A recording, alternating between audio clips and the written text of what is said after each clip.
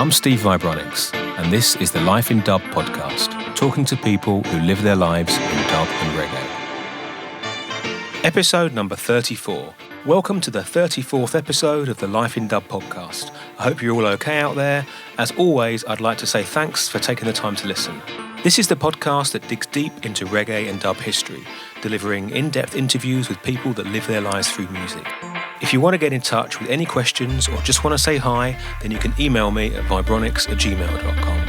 It's great to hear comments and suggestions from anyone out there listening, so do get in touch, please. All the previous interviews are there to listen back to, so don't forget to go back over them and check out any you've missed. All can be found at lifeindub.com and any of the regular podcast places like Spotify, Apple Podcasts, and even on YouTube. This week, I want to talk a bit about two new record labels. Two labels that asked me to be involved in their very first releases. It's always an honour to be asked by a label, big or small, for music to release. And it's especially nice to be asked to help launch a brand new label with one of my productions. This year, Vibronics has helped two labels with their first ever releases. Stormin' Dub is a new label from Italy, and a good while back they asked me about a track called Mountain Pressure that they really liked. A raw dubplate track that was never really meant for release. But I was happy to see this one come out and help start the Stormin' Dub label. The other new label is called Dub Junction and is based here in the UK. They loved the track Healing of the Nation that I made with my long-term good friend and vocal collaborator Parvez. So despite the many challenges of getting vinyl pressed these days, I was happy to help two brand new labels start out, and I wish them both the best of luck with their future releases. Stormin' Dub and Dub Junction, check them out. This week my guest is dub creator, or DC as I've always called him. He's based in the Netherlands and many of you will know him from his excellent vocal and dub tracks he's produced for the King Shiloh label. I've known DC a long time, and when we first met, maybe 20 years ago, he was one of the first dub artists to be involved in what was then a brand new thing, the MP3 digital music revolution. Since then, he's produced an amazing body of work, particularly with some top-class vocalists. So enough of me, let's get on with the interview. Cool. Well, dub creator, welcome to the Life in Dub podcast. Thank you. Very nice you could join me. You're over there in the Netherlands, is that right? Yeah, that's right. Just about 20 minutes drive from Amsterdam. Cool. Yeah, I'm so used to doing these things remotely now. And when I started the podcast over a year ago, they were all face-to-face. But for a long time, they've been on this kind of remote way to do it. But I'm totally used to it now. Yeah, that's the way it goes now, right now. Yeah, nice. Well, listen, what I do at the start of each interview, I ask everyone the same question, and everyone's really familiar with it now. And it's just a way to kind of kickstart things off. But I just want to, if you want to name a track that's been really important, influential, kind of helped you turn a corner, you know, some kind of really, when you look back, you think, yeah, that track really was important. I don't know if you've got a track like that you want to mention. Yeah, is there only one? Well, it's hard, you know what I mean? Some people have named a few, but, you know, if it's a few, it's a few. But, like, yeah, I don't know what you want to say about that. It's because it is a few, you know. There are really a few tracks that really influenced me since the beginning of making dub music, you know. So, but yeah, where to start with then is must be Dub Syndicate and the track called "Walking Your Jerusalem." You probably know it. Yeah, of course. But it's got such a vibe for me, you know, and the sound of it. It's really that track that hit me and to get into the music, to get really into the music. But there's some others as well, but a bit the same, like My Professor and Robotics. You got like 6 million dub, you know, those kind of tunes. That really got me into it. Dread and Fred, Warrior Stance, the whole album. You got Prince Jummy's computerized dub, 1985. Those kind of things that really got me hooked on it. It's interesting because obviously Dub Syndicate is a, you know, Adrian Sherwood production, really well produced, and then the Dread and Fred stuff is like wicked music, but much more kind of raw and like basic kind of production. It's kind of they're sort of at the opposite ends of the sort of dub scene, I guess, in some ways. Yeah, true. Well, it's more like with the Dread and Fred. It was more like it's the beginning of the synths, you know, the more affordable synths and what you could do with that. That was very interesting to hear. And with Dub Syndicates, of course, more a band and well produced, but you could achieve good quality with just synthesizers. You know, you can hear the in the Dread and Fret, you can hear the Rolands in there. It just sound very nice. And how did you find this kind of music? Because they're all pretty underground releases. Even Mad Professor's really big artist, but it's still all of the dub and reggae is pretty underground stuff, really. Yeah, because looking around, and you get things from friends. At a certain point, but then I have to go back. When you started listening reggae music and you got hooked on the reggae music. And then you start looking for more and different kind of things, going to record shops where you find these kind of things. We had a really small record shop in Haarlem called One Love Rasta Shop. You could buy there some weeds and but also records. So you just spend the whole day over there looking through all the boxes with records, and then you came across these kind of things. See, us over here in the UK, we always looked in envy at the Netherlands, where it's like, you can buy weed and music in the same place. That's like, for us, it's amazing. Yeah. But, in England, it's now about the same, isn't it? Yeah, it's true. It's pretty similar now. And were you aware that there was some kind of scene and a sort of a movement for reggae music in Holland back then? Could you sense that it was popular? No, back in that day, no, not really. No, it was just some friends. Of course, we were smoking, and it was like listening to reggae music, and that was about it. I wasn't even aware of a scene or something like that. And back in that time, I even didn't make music myself. And how did you start making music? I mean, what was your way into it? I always was listening to music, of course, but at some point I was getting I get melodies in my head and listening to those music and think, well, I think it has to sound like this, or it has to sound like that. This kind of melody should be in it. You started to have ideas for I know what I want to make, kind of thing. Exactly, yeah, but I didn't had any experience in making music at that point. So at some point I came across a shop here in the Netherlands, and it was called the Kijkshop. So you only had like big glass things where you could look into, and they had the stuff lying in there. So I was looking into a window and saw this little Casio keyboard, costing about 100 guilders back in the time, and I thought, well, I walk in and I buy it. I remember the guilders. Yeah. But I got back home with that little keyboard, just one octave keyboard Casio thing, and I started playing along with other tunes, and from that point on I was hooked. I think after a month or something like that, I bought my first Roland synthesizer. Because I guess with music, it's like, because I didn't have any kind of formal training or anything, and I had some friends and people around me that were kind of showing me some basics. But if you've got a feeling for it, I think you just kind of pick it up. Exactly, that's it. If you got the feeling for it, you just go play along, and you can hear the things. After it, I started to get a course, musical theory, and it was very, very, very interesting for me. Yeah, to learn. Yeah, that's it. It is great to have someone show you like the fundaments of like notes and scales and. Yeah, exactly. Yeah, and that was really nice. To get into that, and then things became way more easy, and I started playing in bands. So you're there playing live in front of people and playing keyboards, is that right? Yeah, but also the funny thing was when with the rehearsals, I took the bass guitar and tried to do that, to play that, and well, it was all right as well. Took place after behind the drum kit. I started drumming and said, "Oh well, that's all right." You became like a multi-instrumentalist straight away.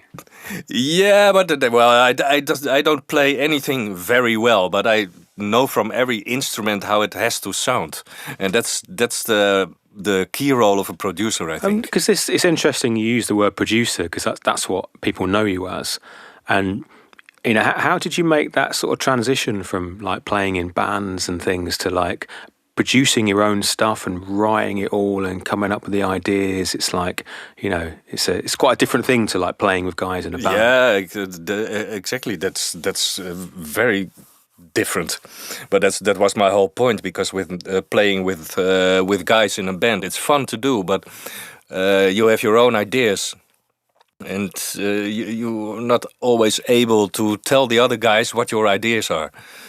So I went to build up my own studio and do everything myself, and then you don't have anyone else saying you have to do this, you have to do that, and that works fine. Like so, I still played in bands as well, but doing more and more of my own things in my studio. It's interesting making a studio back in those days, because now obviously you just look online, the information's all there. But in those days, it's really not easy to find out like what the basics of what you need in a studio. Trial and error. No, really, I started out when we were recording the bands. I recorded them as well, and then we rented like multi-track machines. You know, these big, large and heavy 2-inch tape machines, 24-track, and some cheap mixing desk to set up some mics and thing. And then you learn from that a lot how the things work. You know.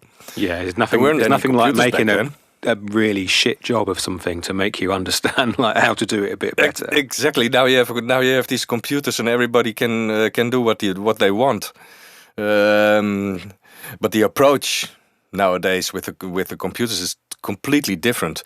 My approach is still the same way as we worked back then. My computer is strictly a multi-track machine. That's it. So you didn't go to any like recording studios or anything? Because that's how I think of you. Like when I met you, was like in the studio, and I think of you as a studio person. You didn't spend any time in other studios and stuff. Did you learn it all yourself, or did you get to visit some studios? No, it's just once I went to a studio with a band to record the band over there. But at that time, I already was doing my own things, my own stuff in the studio. So I already knew the way it worked. But it really was like learning myself how the studio works. Indeed, yeah. Yeah, that's it. And it's just like trial and error, and a slow process, isn't it? Slow process. It's a really slow process, but also you got like this advantage that you can develop your own sound. Mm-hmm. Yeah, for sure, because you're not using any stock like plugins or sounds. You're learning how to do it from the ground up. Yeah. I agree. Yeah. Yeah, that's now it's just everybody got like this plugins preset here, preset there, and lots of people just sound the same. And it's like what I remember from, because obviously I've known you a very long time now, and we met a long time ago in Amsterdam. And like even before we met, I remember what was that online community kind of thing? Because in those days, online music was totally like new revolutionary thing, and you were involved. What was that thing you were involved in? I can't even remember the name. The beginning, indeed, of the online things. You had this mp3.com. Mm-hmm. And I was involved in that a lot. You had this different charts with different kind of styles, but also reggae and roots and dub. And I just started by uploading 2 or 3 tracks of it, and then never looked at it about for a week or something like that. And then after a week, I went looking again, and I saw like in this chart, and all 3 of the tracks were in the top 10. I said, "All right." What sort of time was this? When this was what in the 90s? I think it started in 1998 or something like that. That's it. Because I remember like this is before. You know, obviously long before Bandcamp, before MySpace even. I remember MP3.com. Oh, yeah, indeed, yeah. And the funny thing was, and you should have this now, you know, MP3.com paid $1 per download. $1 per download. So you actually like made some money out of that then? Oh yeah, definitely. And back in the day, also they didn't have the PayPal thing, so you get these checks from the USA. Yeah, everything was so complicated, wasn't it? That's it. It's nothing. None of the easy systems that are in place now just didn't exist at all. And also, even the recording on distance with other people, it wasn't possible because you had the fastest internet connection you had was maybe 14 baud or something like that. So with with these modems, the kind of things. Back then, if you said to people, "Oh, you can buy an MP3," people would look at you like, "What are you talking about? I don't know what it is." Exactly. It was a real revolution. Yeah. It was totally new. That was really fun, and even the quality wasn't that good. Now you got like this quite good quality MP3s, but back then, oh man, that wasn't really well. But the funny thing is, I still see some tracks I released on MP3.com back then. I still see them on YouTube here and there. People uploading it. It's nice to see those kind of things. Yeah, a bit of history, and then from that, what I remember is things like 10 Plagues and this kind of move to doing like sound system kind of heavy roots, there's the kind of sound we associate with Dub Creator now. I remember hearing that around that sort of time. And how did you make that move? How did you make that move into making that kind of music, the music we know now? Yeah, back then it was more like a crossover music I did, like it was dub influenced with the bass lines and the skanks everywhere and organs I used, but also used a lot of like techno-ish kind of influences. Well, at some point I went to a festival here in the Netherlands. I don't remember exactly what festival it was, but it was like King Shiloh was playing over there, and I knew that, and I prepared a dot for them. So I gave a dot to Neil. And then after that, I didn't put my phone number up on. And after that, I didn't hear anything from Neil. But at some point, he gave me a ring. And he asked me if I was interested in recording some artists over in my studio. So I said, well, sure. And if I had some kind of rhythm as a guide track for them to voice on.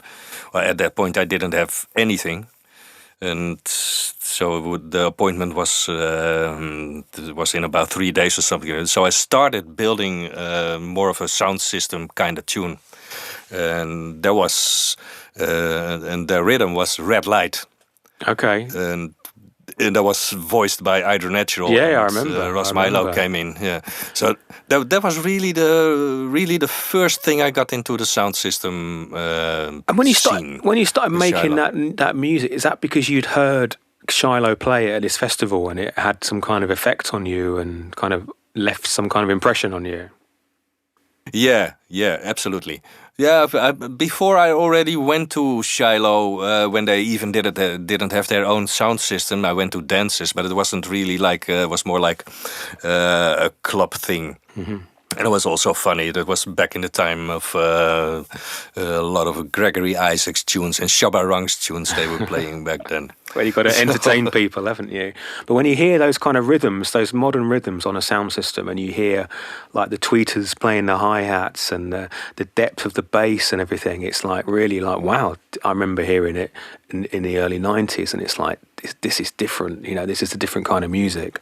Exactly. And that's the thing that hit you, and then you start thinking about it, start attending dances more and more, and then get into the music yourself. So it wasn't really a hard thing to build a rhythm like that, in just a couple of hours. Yourself, we did it as well when you was over with Jaffrey and Richie to build this rhythm in 2-3 hours, voice it, and done is the tune. Yeah, that's it. Rhythms are, by their nature are really quite simple things. Yeah, that's really. But since then, I was hooked on the sound system thing. And then you started working with Shiloh a lot. I know you still do to this day, but then things like, I remember Red Light, the Iron Natural tune, and say 10 Plagues, which was like, because back in those days, the scene was small, but that tune kind of was a bit of a breakthrough tune, and it seemed to do really well. Yeah, absolutely. Yeah, absolutely. But both the Red Light and 10 Plagues. 10 Plagues came a couple of months after, I think. Red Light, was picked up by Shaka and by Abashanti. Was playing it in a heavy rotation. So that was nice. That was really a kind of breakthrough for me. And did you make it over to the UK to hear any of the UK sounds? Because you mentioned Abashanti and Shaka, and that they weren't travelling so much in those days over to the Netherlands. No, it was more London. No, what we did was I went to London with some friends. The EasyJet you already had back then, of course. So we just booked a cheap ticket with EasyJet to Luton. Got the bus, got to the dance. Into the dance, and then when the dance was finished, flying back home. It's a hardcore way to do it, isn't it? Oh yeah, absolutely.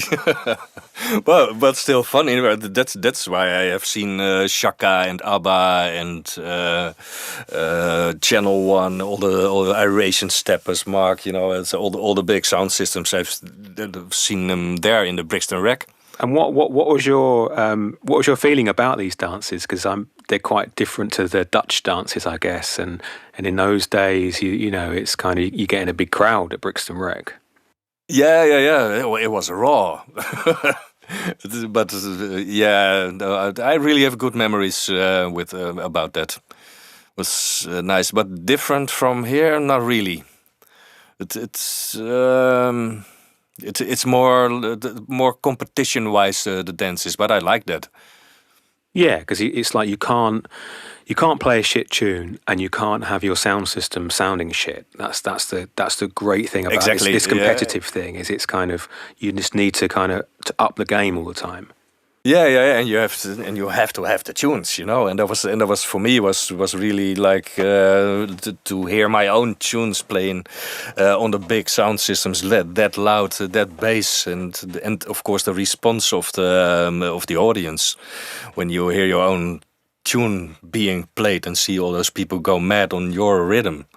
It's a really good feeling, Yeah, it's very inspirational in terms of making new music as well. I always came away from those even to this day, when we used to have dances, I come away with ideas for kind of how I want the next rhythm to be. And it's because when you're making like sound system music, it's I think we all make it so people can listen to at home and stuff. But the root of it is the sound system, and you have to even now you have to remind yourself. Yeah, that's what it's like in a dance. Absolutely, that's the way I build a tune. With that in my mind, that's when it's in a dance. But indeed, like you say, you make some other extra versions which are more to listen to at home. And it's a total different kind of thing. And with your productions, then you went on to really produce a lot of great tracks and to have some really successful tracks as well. I mean, stuff you did with like Earl 16, Can't Conquer.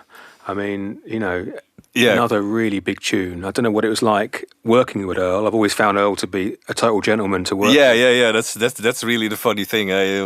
When you were young, when in the time I didn't make any music yet, I already listened to Earl 16 tunes. And then suddenly you have this big veteran artist in your own studio and talking to him, and that's such a feeling, but absolutely with Earl is like, gentleman, really a real nice guy to work with, and he's wicked. But it was the same thing with Peter Broggs, Mm-hmm. I was back then when I was 14 or 15, I was already listening to the album Peter Broggs' Rise and Shine, and I played it a whole lot of times back then. And then suddenly you have this man in your studio singing for you on your productions. And how was he then? Was he quite frail by then, or was he still strong then? He was back then. He was still strong, but he had this eye disease called glaucoma. Mm-hmm. So his sight wasn't really well, and it was really funny too, because I gave him a cup of tea. And he wanted sugar in it, so I put the sugar besides the cup, and he kept on pouring sugar in it and stirring and then tasting, but still not sweet enough. So almost the whole cup went in. But he didn't see it, so he threw it besides the cup, and I didn't tell him. He was nice. Poor guy. These are the kind of like the crazy side of recording that you don't, people hear the records, but they don't get to see the experience of being with the artists. And exactly. Yeah. Yeah, man, and I was remembering because it was still on the attic, where you've been there as well. Mm-hmm. When I was back there on the attic, and we had the window wide open, so he was when he voiced everything, and the whole the place behind the house where all people were gathering to hear what was going on. They couldn't see it, but that was also funny, We were recording some guys singing. I can't believe it. But what a treat for the neighbours to bring people Peter Broggs. Come and listen to Peter Broggs a cappella for free. Yeah. And that's incredible. Yeah, but nobody knew who he was, of course. And it was also funny in that place where we lived. Of course, you had got all these artists coming in and out of the studio. All these people with these big Tams and big beards and dreadlocks, and people always looking. Well, what's this? What's going on in there? Because at that time, you were like. So many artists were passing through. I mean, I know you recorded like King Kong as well, and yeah, and they all came to your studio, did they? Yeah. That's it. I prefer to have the people in my studio, because you then in that way you can produce them a bit, and you're sure that you get the sound you want. Mm-hmm. And it was always fun to have everybody in, and talking, reasoning things with King Kong as well. King Kong started reasoning some kind of story at some point, and it took about 1.5 hours before he finished the story. Come on, we got a track to record. Exactly, that was the thing too. Yeah, but it's that having been to Netherlands a lot myself, it's like the kind of hospitality that you and Shiloh show. And it's just, obviously, for the herbs man as well, it's like, it's a great relaxing place to be. So it's kind of, it's a good place for artists, I'm sure. Yeah, especially for artists, for singers, for reggae and dub singers. But maybe you still remember, you maybe remember you came with Germania to my studio at some point. Yeah, you nearly killed him with your weed, I remember. Yeah, exactly. And I already told him to be careful with this. And Germania was like, well, no, man, I'm used to everything. Yeah, man, no problem. And he was asleep. Yeah, that's it, within like half an hour. Indeed, those kind of things are the memories you have, it's very nice, very and nice. you carried on and have carried on working with loads of artists and having big hits with them. People like Danny Red. I mean, the Roar of a Lion tune, again, another like real anthem for the sound system. And Danny Red's, previous guest on this podcast, and such a great artist and kind of unique character as well. Oh, definitely, yeah. But I like Danny. Really, it's spent some time with him as well, also in my studio, and when we were playing in Paris. A really nice guy, and so extremely professional. Just like Earl 16, you put him in front of a mic, he voices it, and it's done. Yeah, artists like that, they're not messing around, are they? No, absolutely not. And they know what they're doing. And absolutely, yeah, Danny Red has got like this voice of his own, very recognizable. And lyrics as well. And lyrics as well. You want? Oh yeah, yeah. It's not only like ja this and ja that. He's really got something to say, Yeah. Yeah. No, I love working with Danny Red. Still got one tune in the pipeline, nice. Recorded back then. Nice. And you worked with African Simba as well, is that right? Yeah, also very nice vocalist. Again, he's got a unique style and the sort of like a foundation Singjay kind of style. Yeah, indeed. Yeah. I was also, I don't know, I've done about 4 tracks with him or something like that. Sometimes I even don't remember who passed by studio in all this time. But you probably have the same. I know the feeling. It's like when you record so many tracks. And are there any other kind of vocalists or artists that really stick in your mind from stuff you've recorded over the years? Christine Miller. Yeah, she's a great kind of underrated artist, but a great vocalist. Oh, definitely. What a voice. What a wicked voice she's got. And also a lovely person. So sometimes you have a kind of feeling with someone that hits you, you know, and then the Christine Miller has got.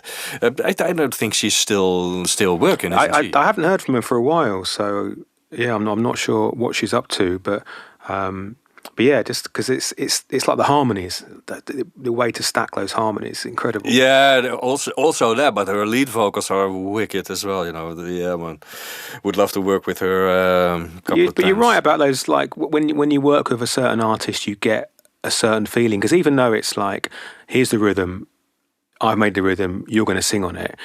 But to make a finished production is a proper collaboration where you kind of vibes off each other, for sure. Exactly. Yeah. You have to feel each other. That's instead of that you have a singer in and he's doing his thing and just get the money in the pocket and he's done. That it's not really, and you can hear it in the tracks, you know, if it's voiced like that. So I'd rather work with someone that I feel, and that they feel me and they feel the rhythm as well. Because there are also artists that just don't feel the rhythm but still voice it, and it's going to be a quick thing, and it's a bit of a shame. And those kind of things are not possible to release because you hear it. I don't want to release those kind of things. Yeah, you can't fake that kind of shit. It's like if the artist is in the zone and kind of connected to the rhythm, then anyone can hear that.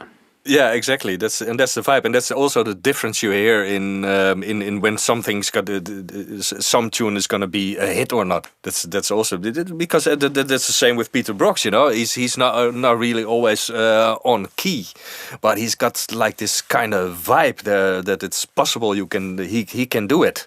Oh, for sure, because it's like the whole idea of tuning and stuff. I think because back in the day, obviously you got the vocalist whose pitch is maybe wavering a bit. Then also you got the band who are kind of moving in and out of tune, and you've got the tape which is kind of moving in and out of sync. So you got a bit of play back then. But when you're in the digital world, suddenly it's like this singer's not absolutely perfect. It's like, well, of course they're not. No, and then now in these days they go make it perfect with the auto-tune kind of things. And then I said, well, that's a shame you use it. Not necessary. Even I heard an auto-tune on a tune with a Junior Reid. Why? Yeah, when someone's got a voice like that, it's like a crime. I can't understand these kind of things. I never use it. If it's not good, it's not good. And then you have to revoice. And as we do this interview, you're sitting in your studio, is that right? Yeah. Yeah, and I'm sitting in my studio here, and it's like you're still mixing on an analog desk, is that right? Yes. So why do it in this crazy old-fashioned? Because I do it the same way, but why do you do it in this crazy old-fashioned way? I mean, without trying to be too technical, because this is, you know, we could talk technical stuff forever, but it's interesting that you're still working in the old way like I am. It's again. It's way more intuitive. A couple of years ago, already about 10 years ago, I tried to go in the box. I sold all my hardware. When you say in the box, you mean just working in a computer with no mixing desk? Exactly, only with controllers and these kind of things.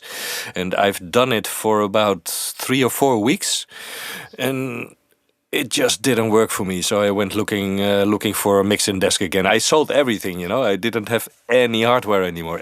Only controllers, computer. That's it. Well, I was quickly done with that because it's the sound is different. It's you don't have to hassle to set things up.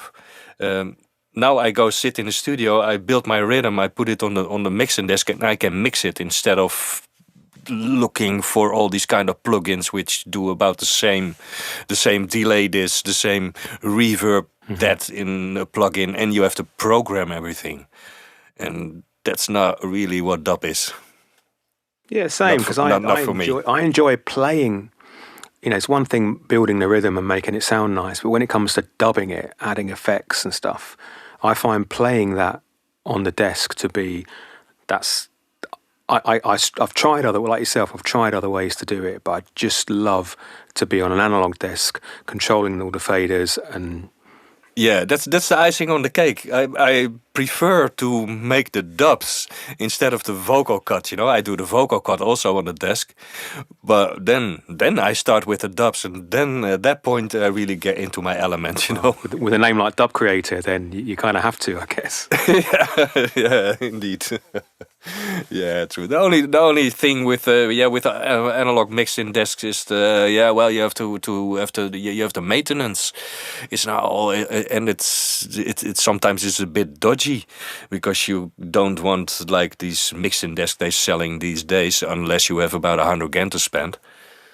So you have to look into the older desks which were 100 grand back in the day. But now really affordable, but you have to do some maintenance. And they are getting old. I mean, because even in the 90s when I first started buying equipment, then the equipment was old. But, yeah, you know, that's like 25 years later, it's like it's 25 years older, obviously. Yeah. So some of it is you know, I'm surprised by how old some of the stuff that I use every day is. It's like, me too, you say, maintenance is a thing. I think my mixing desk was built around 1982. And a lot of people listening to this podcast won't have even been born in 1982 and certainly wouldn't have been to a dance in 82. Yeah, but still, I got lots of old... there's one thing I never sold and still cherish that one, and that was the first delay I ever bought. It was an analog echo with the bucket brigade thing, you know. Still got that one and still using it every day.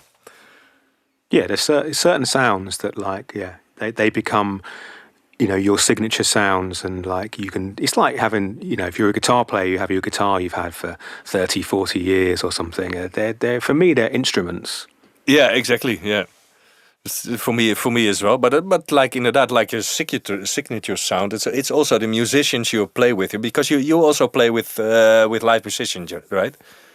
Mm-hmm. Yeah, for sure. Yeah, with like horns players and things. It's also I always want to have the same people. Like my guitar player, he's got his own sound, and like my horn players, I always want to work with them because they also make part of your sound.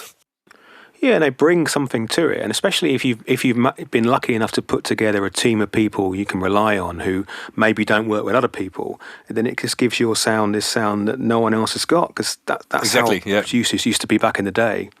Yeah, and it's for me it's still the same because I'm really not happy if my musicians play with others, at least not into the reggae and dub music, you know.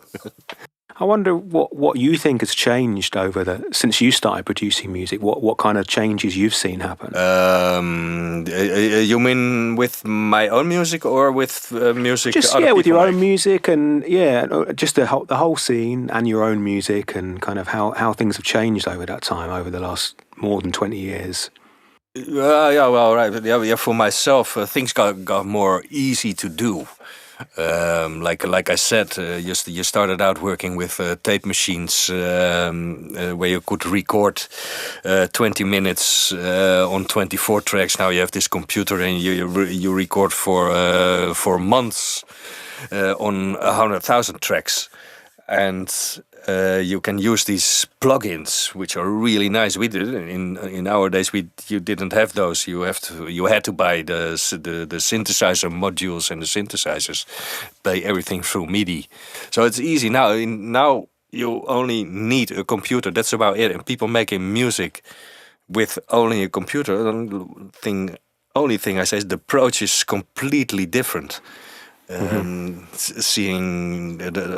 see a lot of producers using plugins in their workstations, and sometimes I ask why you use this plugin, and then they say to me, I don't know why, but it has to. And then I scratch the back of my head and think, it has to? So you don't listen. to what it needs. And that's a different approach. I think that's the big change. You think that's because people have been kind of told this is how you should do it, and that information's more available rather than people working out their own methods? Exactly, and learn and listen, actually listen to what they are doing. That's a bit of, yeah. That's why I said just a lot of tunes from these days producers sound exactly the same. They use the same sounds, they use the same plugins, because everybody's telling each other you have to do this and you have to do that. So there's not really a difference. You, like Vibronics, you got your... When I listen to a Vibronics tune, and when I hear a tune coming by, and I can hear it's Vibronics. I can hear if it's a Ross Disciple tune. I can hear if it's a Dougie tune, you know? Your own signature. And these days, the most don't have their own signature. Yeah. It's like I can hear a spot-on man professor or a scientist or whatever. Exactly, It's really important to have that signature sound, I think. But also with the scene as a whole, it's kind of, when I think about like 10 Plagues, which was obviously, 20 years ago or however long ago, well, a long time ago now. Yeah. and the scene, I say this to a lot of people, it's much, much bigger than it was back then. And that's certainly something that's changed. But still, like these tunes from back in these days, they're still being played, being listened to a lot. You can see that's also the change. Is the release kind of thing? We used to release on vinyl and then depend on the vinyl sales. Now it's more that it's shifted to the online services. So everybody's downloading and streaming even. It's more even to streaming than downloading these days, I've noticed. Yeah, and that took a long time in the reggae world for that. That was happening in other areas of music, like, rock music and pop music and like rap music and stuff before it happened to reggae. But even in reggae, it's like, you're right, the whole streaming thing's gone crazy. Yeah, absolutely. But on the other side, it's a good thing, I think it's a good thing. Lots of people complaining from, especially the people from our age, complaining from the vinyl sales are down and this and that and all the online stuff. Yeah, but yeah, you can complain, but also you can go with it.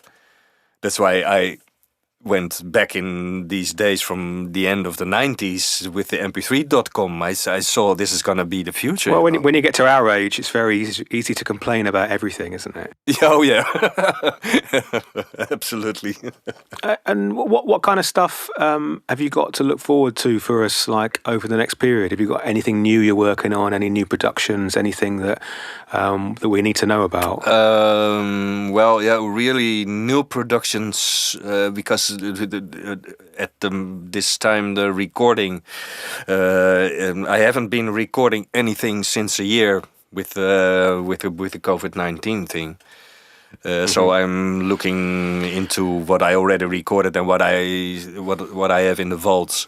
So at this moment I'm working on a Ranking Joe and Earl 16 combination tune, which was recorded about 5 years ago. Well, nice. never released, never finished it since then, because it's always good to have things on the shelf, Especially in these kind of times. It's true, but when you're busy, you kind of almost forget that you've recorded stuff. I look back and I find these things, and I'm like, wow, why didn't I do something with that? But if it happens in a busy period, it can easily get absolutely. kind of everything fast forwards past it. Yeah, absolutely. Yeah, I think I've about 6 or 7 terabytes of recordings on hard drives, and then you start going through them because you are looking for something, and then you come across the things you've recorded back then.